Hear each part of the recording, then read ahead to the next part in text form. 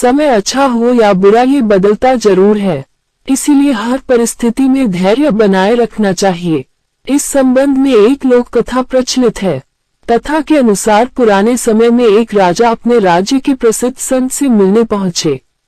राजा ने संत को अपने राजमहल में भोजन के लिए आमंत्रित किया। अगले दिन संत राजा के महल पहुंचे। वहां राजा ने संत की खूब सेवा की। राजा के अहंकार रहित स्वभाव और निस्वार्थ भाव की सेवा से प्रसन्न होकर संत ने जाते समय राजा को एक ताबीज दिया और कहा कि जब तुम्हें लगे कि जीवन में परेशानियां खत्म नहीं हो रही हैं और ऐसा लगे कि अब सब कुछ खत्म हो गया है, तब इस ताबीज में रखे कागज पर लिखे मंत्र को पढ़ लेना। लेकिन ध्यान रखना, अच्छे दिनों में इस ताबीज को मत खोलना। राजा ने संत की बात मानकर ताबीज गले में पहन लिया। कुछ दिन बाद राजा के नगर पर पड़ोसी शत्रुओं ने आक्रमण कर दिया।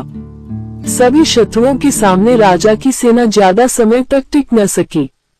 राजा किसी तरह अपने प्राण बचाकर जंगल में भागा और एक गुफा जाकर छिप गया।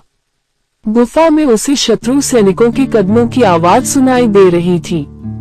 अब राजा को लगने लगा कि मैं फंस गया हूँ, अब सब कुछ खत्म हो जाएगा, ये सैनिक मुझे बंदी बना लेंगे। तभी उसे संत की ताबीज की याद आई। राजा ने तुरंत ही ताबीज खोला और कागज निकाला। उस पर लिखा था कि ये समय भी कट जाएगा। ये पढ़कर राजा को थोड़ा सुकून मिला।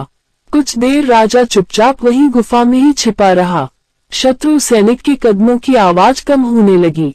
गुफा से झांककर राजा ने देखा तो सैनिक उस जगह से काफी दूर निकल गए थे। राजा तुरंत ही गुफा से बाहर निकला और अपने राज्य में पहुंच गया। इस तरह राजा के प्राण बच गए।